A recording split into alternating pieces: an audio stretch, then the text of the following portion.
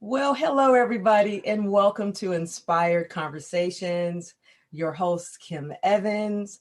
And today I have a wonderful special guest, Miss Nichole Overcamp. Ladies, we are going to talk about owning your financial future and living in abundance. Everybody, welcome Nichole Overcamp. Thank you, Kim. I'm so happy to be here. And we are so awesomely appreciative that you are lending your time today in New York. Nichole comes from New York this morning, and we're so excited for her to be here. Nichole, we are so excited because we're going to talk a little bit about your book too, and just how you're just such a beautiful gift to women in helping them secure their financial future and as well as their actually retirement. So let's get right into it. I always like to start with a small prayer, if that's okay with you, on my show. Absolutely. So viewers and podcast listeners, we're going to invite God into this podcast show today. I'm so excited. We just like to always honor. Let's just honor God today. Awesome. Let's do it. So God, we just thank you so much for just being who you are, being gracious and kind and getting us through this season that we're coming out of in the nation. And God, we just want to God bless the podcast viewers, those that are listening, those that are viewing it, everybody be transpired, that they would be lifted up, that they would be educated, and they would walk away with a nugget that Nichole is going to share today about wealth, retirement, and money. And bless Nichole's firm. We're so excited and gracious of her talent and being here. And God, thank you, because without you, I have no voice. So thank you, everybody, for listening. Nichole, I'm going to read a little bit of your bio, and then we're going to get right into it. Is that okay with you? Awesome. Yeah, absolutely. I want to tell the people what you do and who you are and actually how you help in your firm. So Nichole Overcamp, can you guys hear me okay? Does it sound all right? Sound all right? Mm-hmm. Okay. Yeah. Nichole Overcamp, MBA, CHFC, is a personal finance expert and business coach for women. She's the founder and the CEO of both Wilcox Financial Group and PowHerhouse Money Coaching. And at the end, ladies and gentlemen, we're going to have her URL link so that you can go to her website and you can see some of her coaching programs and how you can get in contact with her.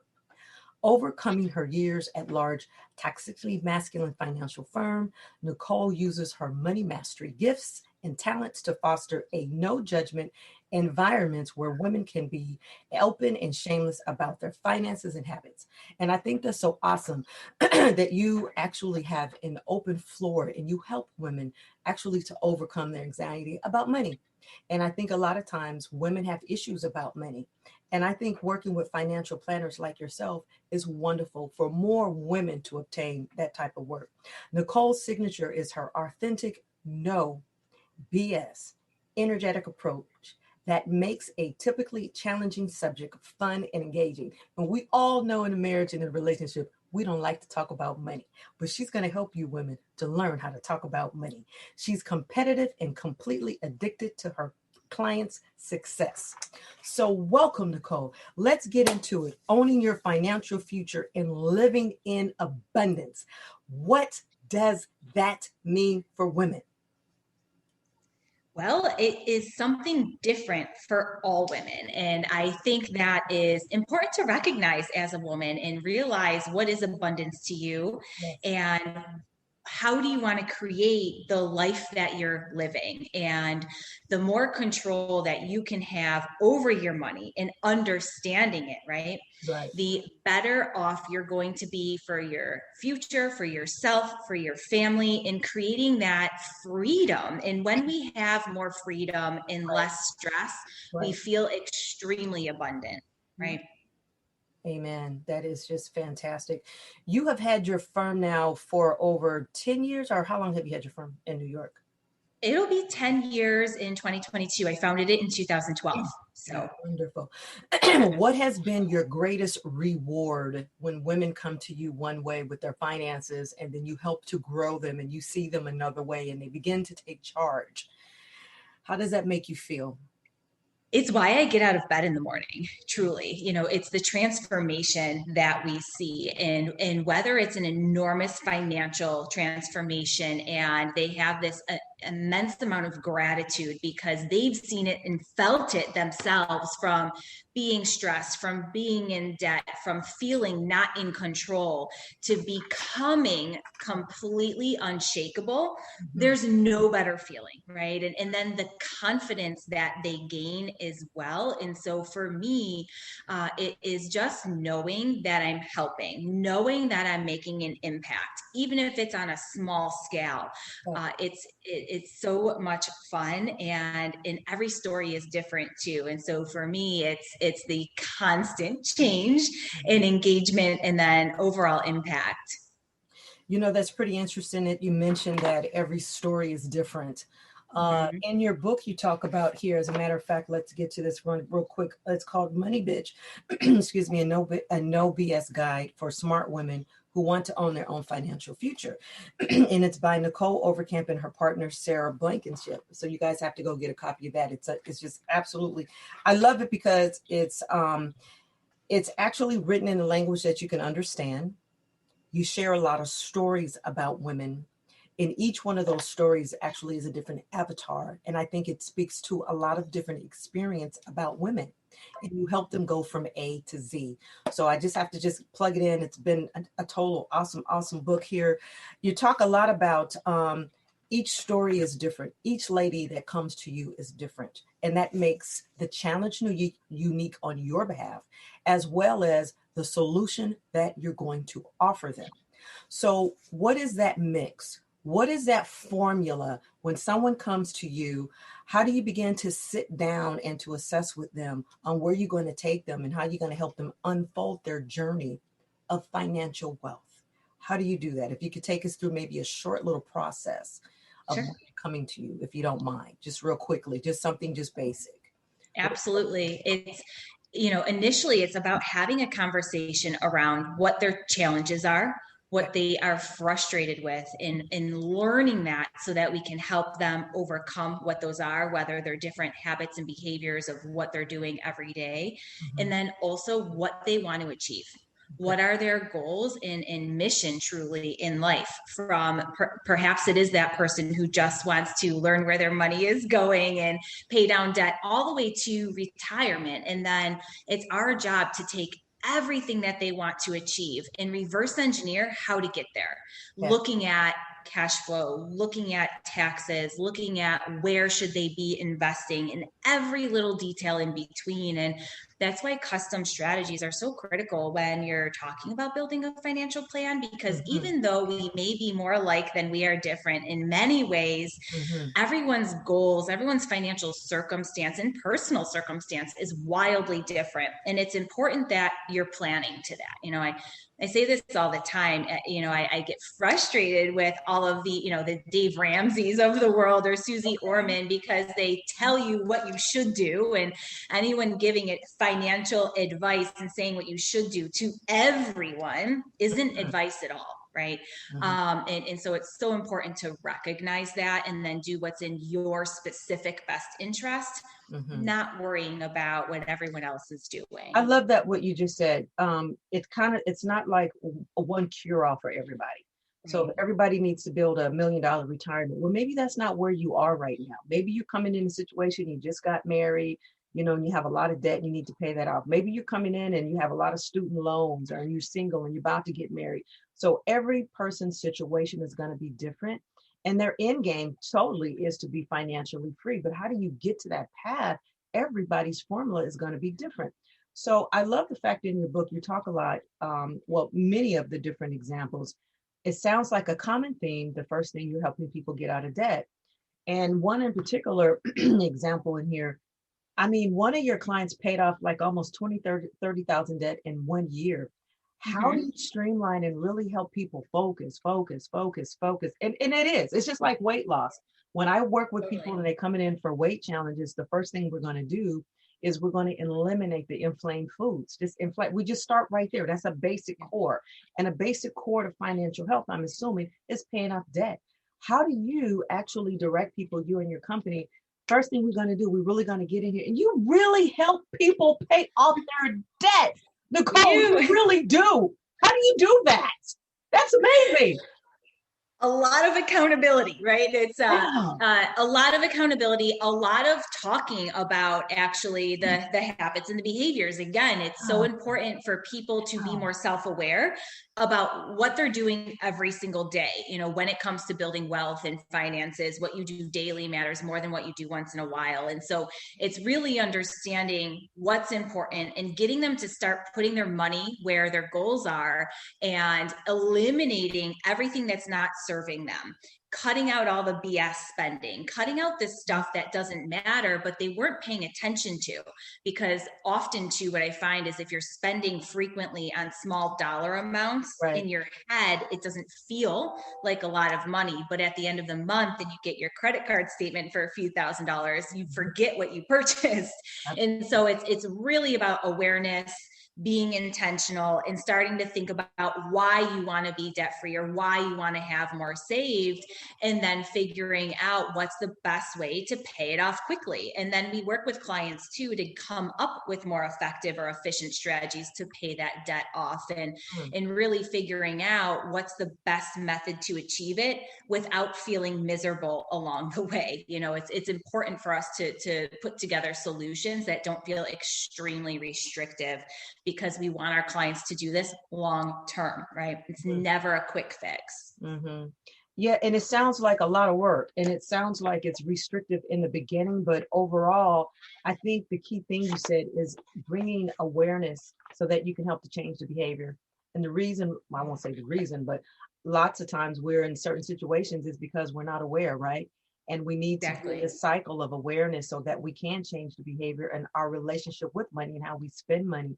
And so I'm glad that you talk about that and you brought that up, is understanding where you are. How challenging is that in your experience, really helping to see people how they see their money?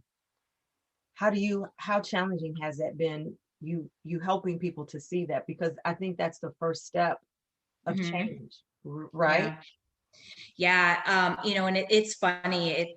Some people are a real challenge, and others are easier. And so it's just, you know, some people need to hit like a rock bottom place where they're realizing the cycle they've been putting themselves in. Absolutely. And they need to come to terms with that, where others are easier from a sense that visually, once they see the impact, it's a game changer, right? It's putting their numbers, their finances into a visual perspective that they understand, that's simple, they can comprehend, and then we show them the impact of what they're going to do or not do, and how that affects their future. And I think when people can see the breakdown, right in front of them, and how everything works, it's a huge game changer, because until then, everything just seems a little bit foggy, you know, and we don't realize the cause and effect of what we're doing if we don't look at it from the long game. And so often we just live in the moment. We live in what feels really good today, and we forget about what it is that we actually want to achieve down the road and how we want to feel. So what's one of your strategies, if you can share, kindly share, or a tool that you suggest to your clients in tracking their spending? Because I'm assuming, unless you see how and where and how much you're spending, how do you know? So I'm curious, what type of tracking tool do you use or suggest, or you help when your client comes to see you to do that? So if it's okay with you, I'm going to talk about a couple of different ways. Please take the floor. If you are an emotional spender, and you are, one of our money types is spendthrift Sally, you like to spend a lot of money. What we do actually, just for the first month, is we have you write down and journal what you're spending. And we have you do 2 different columns. And this is only for the first month, because it is a little bit of time, but what you realize is so powerful. I promise it's worth it. And so every time you go to spend money, write down the dollar amount and what you're buying in one column. In the other column, write down how you're feeling. and start to see that trend throughout the month. And what's going to happen is, one, the self-awareness of every time you're spending, you're writing it down. Mm-hmm. And then two, you might not buy something because you don't feel like writing it down. Mm-hmm. And those are the things that you probably don't need and didn't realize, but it's powerful to see that impact and really open your eyes over the course of the month.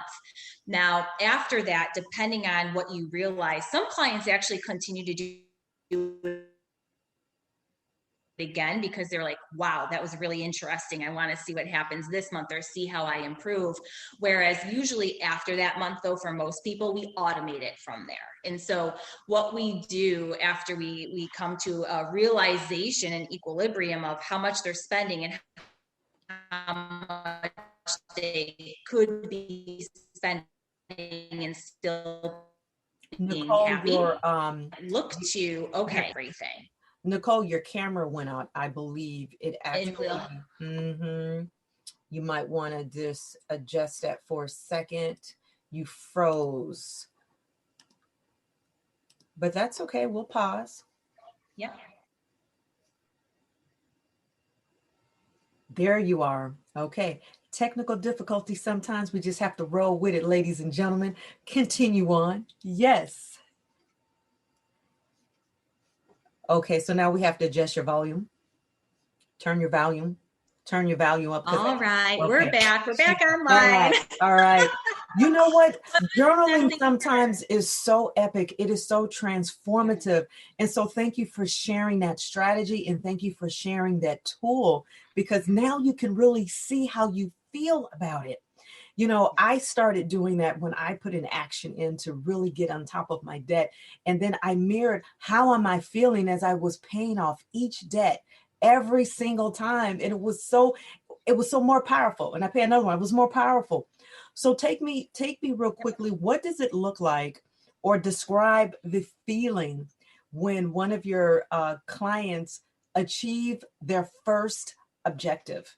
When on that bucket list and they achieve it, what is that feeling like? Yeah, when you help them overcome that, or they achieve their wealth goal, their first or second wealth goal. Yeah. What does that feel like? What it does is it empowers them and it motivates them to keep going, right? Yes. Because oftentimes it's almost like this bell curve. Like they get started, it's a little gritty, it's different, it's hard. And so and sometimes, like, you know, there's a little resistance there into doing it, you know, and it's trust the process. And so, you know, once they get through the first couple of months of the shift, the change, we actually do automate savings and have them use a couple of different programs for that too. So it's not as hard is that first month. Mm-hmm. But once they hit that first benchmark and they actually see the difference of what's in their bank account or how much they've paid down, it's like this light bulb goes off and they're like, wow, that's rewarding. We're actually seeing a change, right?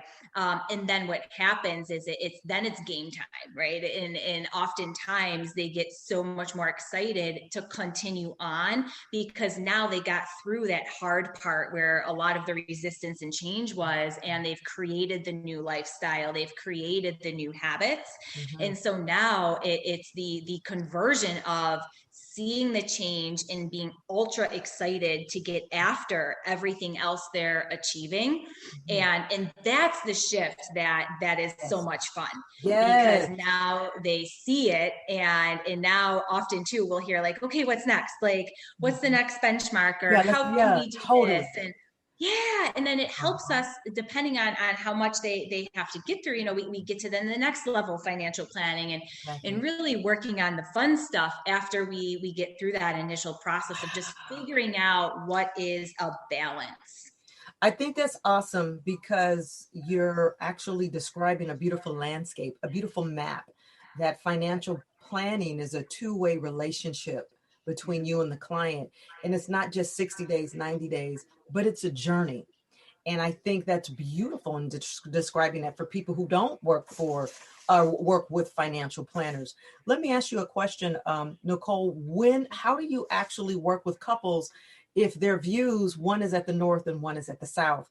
Oftentimes, women and men, we don't have these money conversations. So how do you help your clients begin to have money conversations with their husbands, significant others, or beloved, if they're different?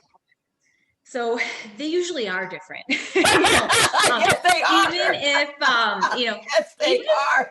they are, they're so different. And even if couples have the same goals, their method of achieving them is going to be different a lot of the time. And so for us, it's the ability to be that neutral third party to help give the advice and the guidance. And it's easy for us to take his goals and her goals, or her goals and her goals, or whatever the case may be, tie them together and say, hey guys, if this is what you both want to accomplish, here's what you have to do. And then I'm able to guide them and tell them what they need to hear, not what they want to hear, but also what's in their best interest. And oftentimes with couples, it relieves a lot of pressure when someone else is guiding too, because neither one of them then feels like they're pointing a finger or feels like they're telling the other what to do. And there's a bit of magic in that sometimes as well. And then also what I found is one doesn't feel like they're questioning themselves and feeling the burden and the stress of potentially making the wrong decision for their family.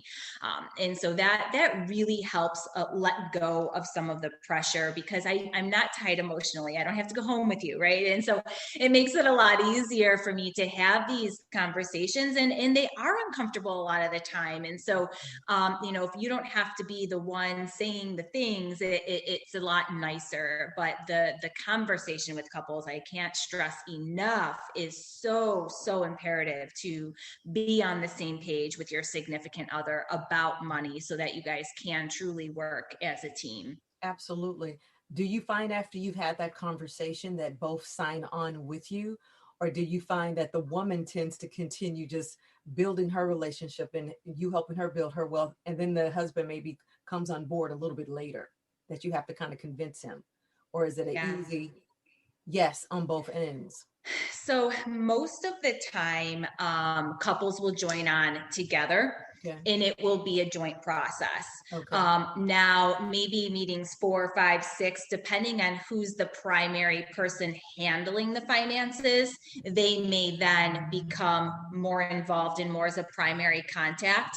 But I actually require it for the first couple of meetings that both people participate, because I want them on the same page. I want them to be comfortable with the suggestions. I want to get their feedback and their input, because if that doesn't happen, there's going to be the same disconnect continuing. Mm-hmm. And then my job gets harder, because if one of them doesn't agree with everything we've put together and planned for, we're back to square one, right? Wow.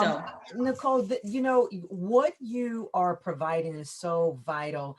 I think you should be up there with counseling with your priest as well as your pastors before you get married. I think this should be a requirement when people are dating and when you're planning the wedding date and those 3 appointments that you go, because everybody, I won't say everybody, but a lot of people do, right? yeah. They go for premarital counseling, don't they? I have a girlfriend that's getting Mm-hmm. married now and she's going through premarital counseling, right? Why people don't go through pre-financial counseling?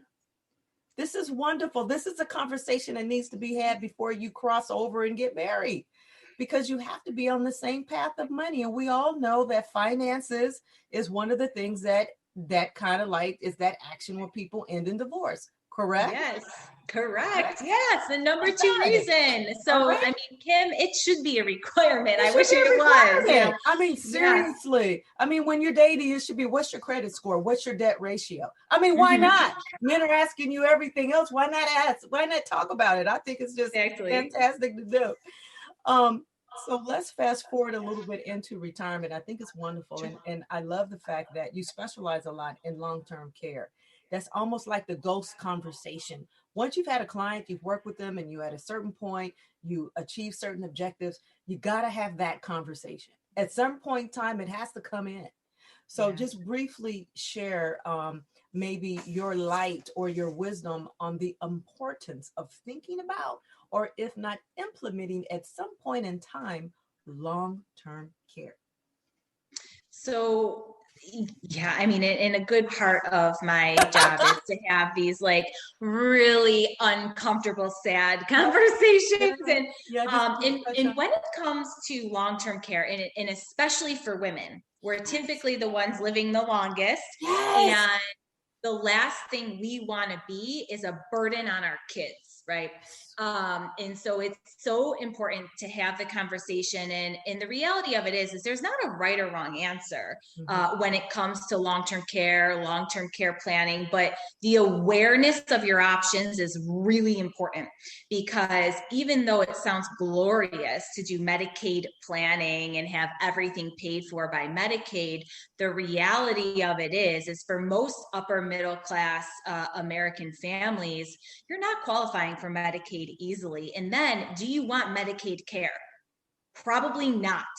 It's tremendously different than having the option to choose the type of care that you want, or staying in your home, doing the aging in place, and having someone come in and take care of you, and all of that. And so it's really about having a conversation of, hey, when you get really old and you're not dead yet, but you need help, how do you want that story to play out? Who do you want taking care of you? Do you want to move in with your kids, or do you want your kids to take care of you, or do you want to hire a professional? And both couples are usually working now. Like, your kids probably can't afford to take care of you. And so it's just how life is. It's not like it was when mom used to move in with their son or daughter, because look, 30, 40 years ago, both couples weren't working. Thank you. Wife would stay home, and that story has changed. And the woman, even though she's working now, and actually in Buffalo, New York, the statistic is women are out earning their male spouse, and certainly with our clients. But even though women are becoming the breadwinner, they're still the ones taking care of the kids. They're still the ones taking care of their parents. They're still the ones taking care of all those quote unquote more traditional roles from statistically. That's not everybody. And so, it's really thinking through like how you want that to play out. How comfortable do you want to be, and enjoying life while you're alive? We always talk about life insurance and dying, but how about when you're still here, and how you want to feel? Absolutely. That is an incredible wake-up call, what you just shared. I'm an ex-insurance agent, and I worked for several insurance companies for over 10 years before I became a beauty professional. And our number one product that we sold with Unum Life Insurance actually was long-term care. Yeah. And it doesn't have to be when you're getting old. It could be because you have a disability and all of a sudden you've gone up to Tahoe and you broke your leg and you're being rehabilitated. And now all of a sudden it's turned into a long-term issue or a long-term condition. And now it's like, oh my God, it's 4 months or it's 5 months. Well, long-term care can kick in for that. It's not just when you turn 90. And let's talk about, us caregivers, people who are caregiving for their families right now. We're at an age, I know you're probably a little bit too young, but we're at an age to where we're seeing our parents, we're seeing our parents age. I know my dad, is challenged recovering, and he's actually in a skilled nursing facility. So what do? You want to be able to have those kinds of options and conversations. How do I want to be cared for if something was to happen? And it might not be at 90, it might be at 65, or it might be at the age of 72. So having that conversation, Nichole, is so vital. And I tell people all the time, have the conversation, call your financial planner, and think and consider adding that to your life insurance, your long-term care, your short-term care, your retirement wealth, your whole retirement wealth building strategy, because it is vital and it is important. And it helps to what you were talking about in terms of living in abundance. Isn't that financially free, knowing that if something was to happen, that part of you is going to be taken care of and you don't have to be a burden on your family? I think 100%. Awesome. I couldn't have said it better. So as we wrap up, Nichole, what has been your most defining moment, your wake up to money and building wealth? You talk a little bit about that in the book, but do share. What was your most defining moment? And you're like, you know what? I got to get a wraparound here. This is what I want to do in my passion of helping other women, either or, which path, whichever you want to answer. What has been your most defining, pivotal moment when it comes to building wealth? Yeah.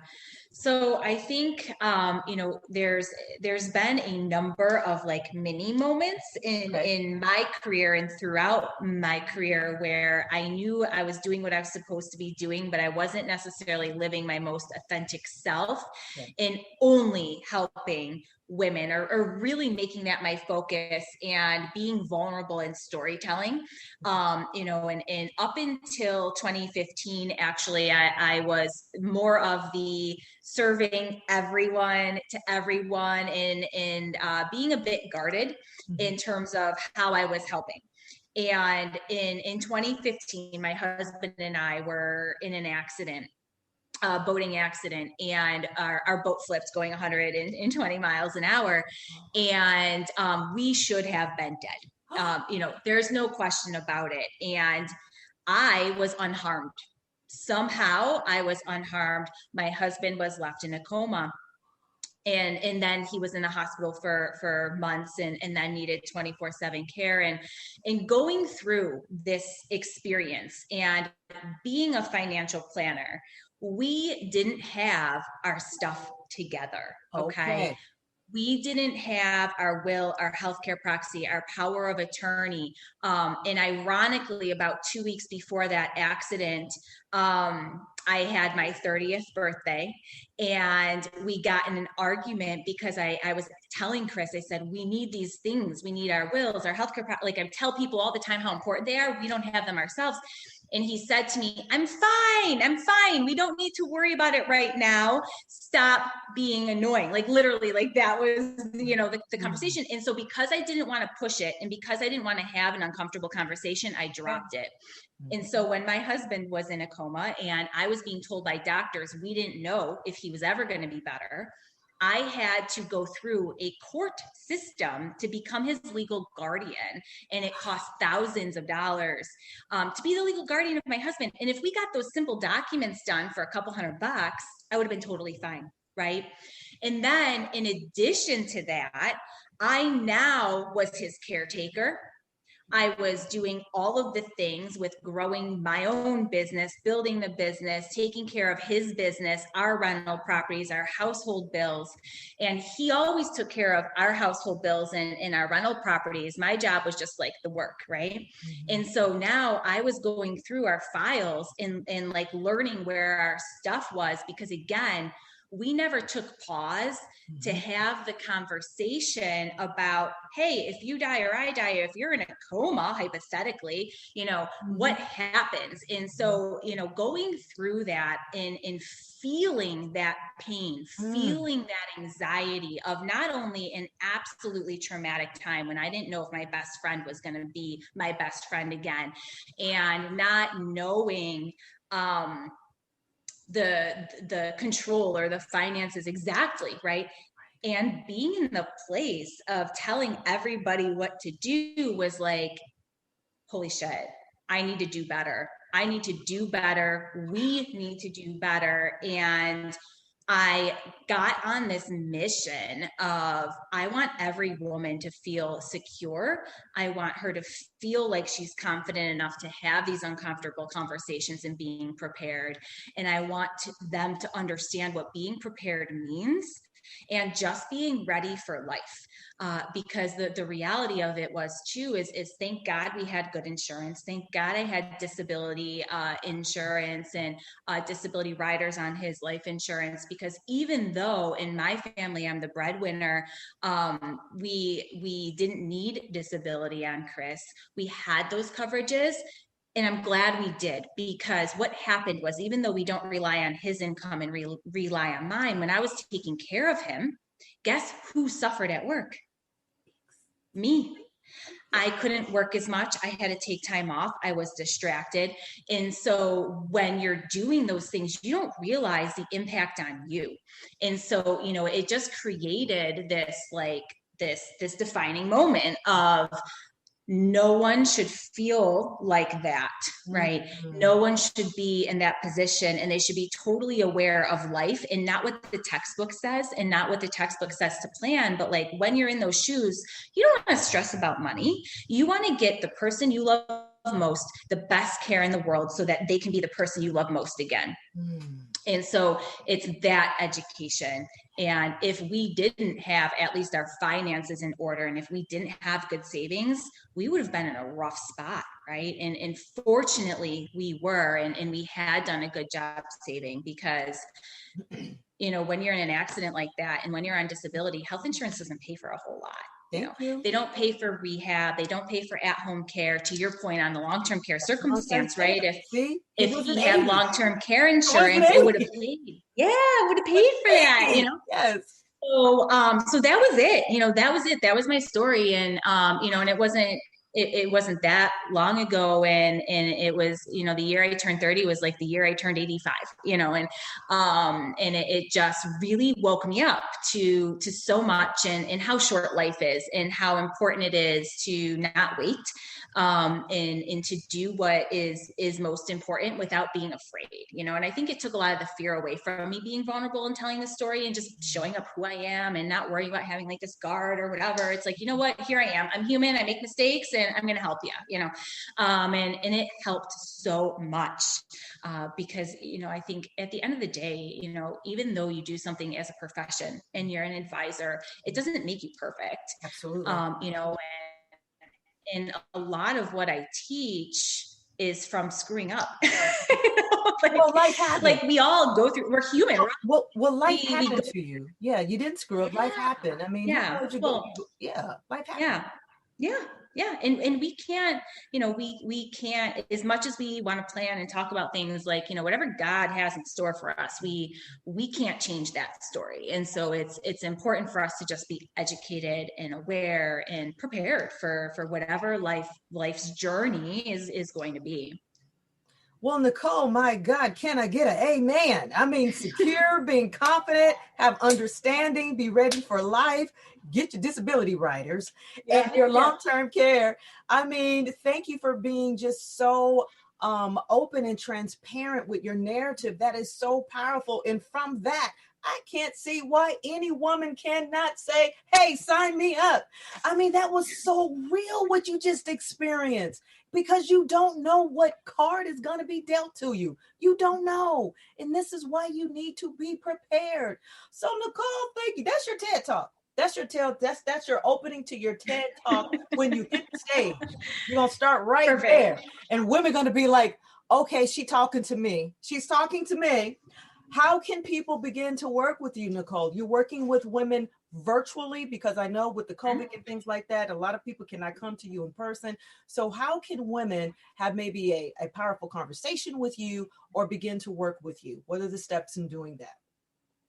Well, and we do work with all women across the U.S. So yes, we meet virtually on Zoom, and they can get in touch with us. They can go to our website and schedule an initial consultation if they'd like, wilcoxfinancialgroup.com, or on our Instagram, PowHerhouse Money. I'll give you the handle, Kim, to put in the show notes.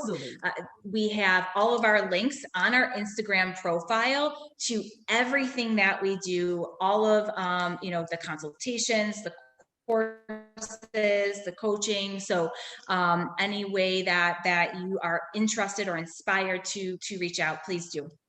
Amen. I will definitely put all those URLs in the handle as well, so that you all can get in contact with Miss Nichole, as well as her partner there, Sarah Blankenship. It might be you or Sarah. You guys go out and get the book. I also put the link. Money Bitch, a no BS guide for smart women who want to own their own financial future. Awesome book. Thank you, by the way. It's been a pleasure reading this book, Nichole, as well as any last minute remarks or sharings that you would like to share with our podcast viewers or listeners before we wrap it up. I think truly the only thing I have to share is take action. If there's something that you are thinking that you want to do, you're not sure how to accomplish, like, you're worth the effort. Take the action and do the thing. No matter how much resistance you're giving yourself, it is the best thing that you can do for yourself. Oh, wow. That is great. I just had to download real last question really quickly as to young women who are single and that are not married. What would you say, or how do you speak to them on how should they begin seeking a financial planner as well? A young lady, yes, 25, or she's working for Google, she's working for Facebook, and she's making all this money. would you suggest, what is the starting age that single women should begin working with financial planners like such as yourself? Starting age is earning a paycheck. Oh! If you are earning a paycheck, I love it. You need to start planning. And if you are single, it's more important because you're it. You're it. So, yeah, you absolutely have to start those conversations, and it's never too soon. It's not an age thing. It's a numbers thing. I can't stress that enough. And so, if you're on your own and you have a job, you really need to have a plan for that money so you don't regret it. Oh my God, Nichole, that was so amazing. It is really not an age thing. It's a money thing. So as soon as you start earning your first check, ladies, please consider a financial planner. Again, can you state your company, Nichole, and your URL for the viewers one last time for our podcast listeners? Absolutely. It's wilcoxfinancialgroup.com is the website, or our Instagram handle at PowHerhouse Money. Okay. It has been a plum pleasure. Thank you. We got through it this time. It's been recorded. And thank you so much, Nichole, for your time and sharing this knowledge. And definitely we have to do a part 2. I really want to get into the long-term care because I think that's really important. I'd love to invite you back into my personal group for women that I have on my Facebook group. I think it'll be absolutely amazing. So thank you so much for your time.